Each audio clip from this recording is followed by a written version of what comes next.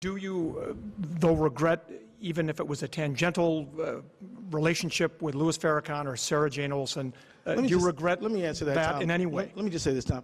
You know, over 1 million people went to the Million Man March. I was one of them. We did that because we thought that our society needed to... You worked for Louis Farrakhan. That is absolutely not true at all. And I believe that the Million Man March was a great event. Louis Farrakhan called that event, by the way. And, you know, there was a time when I thought he had some things to say.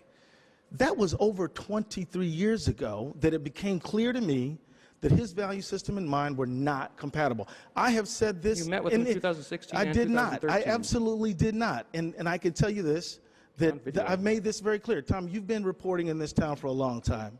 You know that I have made it very clear for the past over 20 years that those values expressed by that individual are not my values. And so this is a political thing that my opponents bring up whenever they feel like trying to throw some mud around. But I've been very clear. I am about human rights, liberty, and justice for all people, no matter who they are. Mr. Wardlow? Well, the Washington Post, again, gave Keith Ellison 4 Pinocchios for his attempts to disassociate himself from Louis Farrakhan.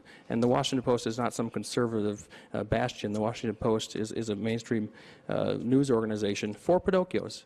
Let me explain that. So the Washington Post was trying to push this 2016 lie. Well, there's a 2013 meeting when President Rouhani absolutely of Iran not. was in New York. Can I finish? Yes. Let him finish. Can I finish? Let him finish his response.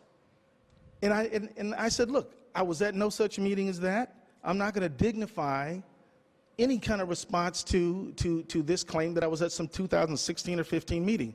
They went ahead and wrote it anyway because I didn't want to respond to what I thought was a baseless claim that should not be dignified with even a response. So that's what they wrote in response to me just saying, look, guys, that's nothing, that's nowhere, I'm not going to deal with it.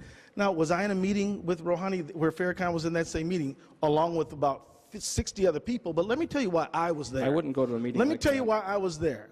Because Amir Hakmati was in detention in Iran.